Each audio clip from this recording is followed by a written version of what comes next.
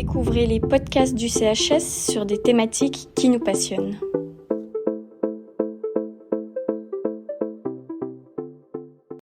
Bonjour à toutes et à tous. Aujourd'hui, nous avons le plaisir d'accueillir Madame Aletti sur notre chaîne pour un podcast intitulé « La place des émotions en entreprise ». Les émotions font partie intégrante de l'espèce humaine. Elles donnent des informations essentielles sur notre environnement et nous-mêmes. Pourtant, on a tendance à toujours séparer l'émotionnel du rationnel, notamment au travail. Est-ce que les émotions ont leur place en entreprise? C'est ce que nous allons essayer de comprendre au cours de ce podcast. Tout d'abord, merci d'avoir accepté de participer à ce podcast. Avant d'entrer dans le vif du sujet, pourriez-vous vous présenter brièvement? Bonjour, merci de m'avoir invité pour ce podcast. Je suis Consolée Aletti, coach de vie, accompagnatrice de changement. Je suis entrée dans le monde du développement personnel il y a environ 15 ans pour une démarche personnelle et j'étais très convaincue de cette technique. Je me suis formée et j'ai ouvert Sema Coaching, qui est un lieu d'accueil, d'écoute, de réflexion pour les personnes et les entreprises en quête d'amélioration. Pourquoi vous intéressez-vous aux émotions? J'ai vécu assez longtemps en maquillant une partie de mes émotions en fonction des circonstances, des enjeux. Puis un jour, j'ai eu la chance de rencontrer une personne dans le coaching qui m'a éveillée, qui m'a initiée à l'écoute de mes émotions. Elle m'a aidée à être attentive aux émotions présentes et à leur rôle. Et petit à petit, j'ai compris comment elles sont impliquées dans tout ce que je fais, y compris dans mes choix, dans mes prises de décision, qui sont normalement des processus rationnels. Elles sont présentes aussi dans mon langage verbal et paraverbal. Et souvent, l'émotion peut être beaucoup plus impactante que les mots que j'utilise. Depuis cette prise de conscience, je sais que je peux m'appuyer sur mes émotions pour interagir avec mon environnement interne et externe, mais aussi pour mon travail. En quoi les émotions sont-elles une thématique principale de votre pratique? Alors, dans mon expérience personnelle et des observations autour de moi, nous sommes plusieurs personnes à ne pas savoir comment faire correctement avec nos émotions. D'une part, nous n'avons pas une éducation en matière, mais d'autre part, la société et la famille, notre entourage nous dictent des codes de ce qui est acceptable en matière d'émotions à montrer et ce qui ne l'est pas.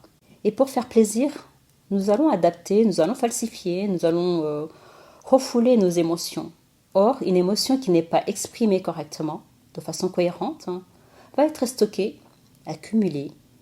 Et cette accumulation d'émotions non exprimées va générer des désordres, en fait, soit sous forme corporelle, des douleurs, des blocages, de l'épuisement, ou sous forme des comportements, des compulsions, de l'agressivité, des états de stress, un manque de confiance en soi, ou un mélange de tout cela.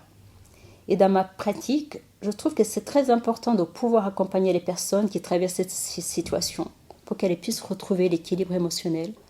Comment travaillez-vous sur les émotions? Alors, pour travailler sur une émotion, en tout premier lieu, elle a besoin de l'écoute, une présence bienveillante, donner à la personne le temps d'accueillir l'émotion et exprimer ce qui est bien. Accepter que c'est normal et humain de les ressentir. Ça va lui apporter un soulagement. Si l'émotion est négative, le fait de l'accueillir, de l'accepter, va lui faire perdre son énergie en fait. Et cela va soulager la personne. Une fois que la personne a retrouvé son état émotionnel stable, je vais l'accompagner pour pouvoir identifier les déclencheurs. En fait, les déclencheurs, c'est les stimulus, c'est ce qui vient de l'extérieur ou de l'intérieur, ce qu'elle a vu, ce qu'elle a entendu, ce qu'elle a ressenti, ou même les pensées qui la traversent et qui sont à l'origine de cette émotion. Et dans quel contexte cela vient de naître en fait. Cela va permettre de contextualiser l'émotion et amener à aller chercher le besoin qui est derrière. Parce qu'une émotion, c'est un message qui nous indique qu'il y a un besoin à satisfaire. Et donc, avec le stimulus et le contexte, on va pouvoir aller chercher le besoin qui est derrière l'émotion. Et une fois qu'elle a trouvé le besoin qui est derrière, évidemment, il va falloir travailler pour satisfaire le besoin de façon correcte, de façon cohérente, pas tricher. Sinon, l'émotion va encore une fois se stocker. Pourquoi les émotions en entreprise sont-elles une thématique à aborder? Les entreprises, les lieux de travail sont très riches en émotions. C'est un lieu de sociabilisation et de réalisation de soi. C'est un lieu d'identification où plusieurs personnes avec des différences culturelles, sociales, de genre, de religion se retrouvent et chacune porte en elle son bagage émotionnel, son passé, celui de son histoire, ce qu'on appelle les archives émotionnelles. Dans les entreprises, il y a les prises de décision, il y a la création, il y a la production, il y a des jeux de pouvoir, il y a la compétition. Et toutes ces interactions, tous ces enjeux génèrent toutes sortes d'émotions et pas nécessairement les émotions positives. Que remarquez-vous dans les entreprises au niveau de l'expression des émotions? La réalité est que l'expression des émotions en entreprise est encore un sujet tabou, en tout cas dans beaucoup d'entreprises. Les émotions doivent rester personnelles, car elles sont considérées comme de la faiblesse, par exemple pour la peur et la tristesse, comme un manque de maîtrise de soi, quand il y a la colère, et même la joie qui est pourtant fédérateur et source de rapprochement peut être perçue comme un manque de sérieux, si elle ne se déroule pas dans un cadre autorisé par l'entreprise. Peut-être qu'il y a deux raisons à cela, en tout cas les deux que je vois maintenant, c'est que d'une part, les dirigeants des entreprises ou les ressources humaines ou les équipes qui gèrent les personnes sont composées de personnes qui doivent aussi apprendre à exprimer leurs émotions. La plupart n'ont pas encore acquis la capacité, la compétence de gérer les émotions, les leurs et ceux de leurs collaborateurs. Et puis, une autre chose que je vois, c'est que dans certaines entreprises, la valeur est misée sur le rationnel, la production, les compétences techniques ou intellectuelles, et il n'y a pas encore la place pour l'émotionnel, pour l'humain. Quelles sont les émotions les plus marquées dans le monde du travail?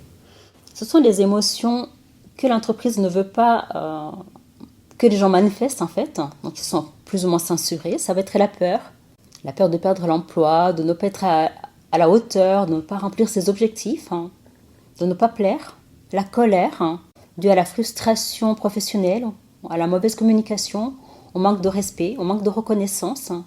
Et ces deux émotions en fait accumulées vont faire que derrière il va y avoir un sentiment d'angoisse, du surménage, de l'épuisement, du stress, de l'ennui aussi et du désengagement. Comment on peut dédramatiser ces thématiques, notamment les émotions négatives?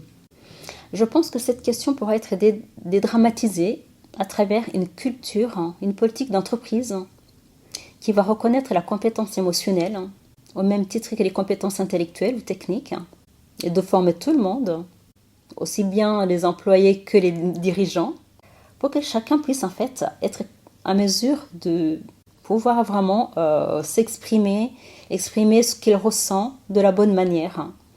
Quand il y aura des personnes assertives, capables de bien gérer leurs émotions et d'être attentives à celles des autres aussi, je pense qu'à ce moment, la question de la place des émotions d'entreprise aura trouvé sa solution. Merci. Un mot de la fin? Alors aujourd'hui, nous avons parlé beaucoup des émotions en entreprise. C'est un sujet qui est très à la mode. Tout le monde en parle. Moi, j'espère que bientôt, nous allons pouvoir voir des entreprises qui publient les bilans d'émotions de leur personnel et donner l'exemple aux autres. Parce qu'il y a des entreprises qui ont vraiment commencé et c'est vraiment des pionniers dans la matière.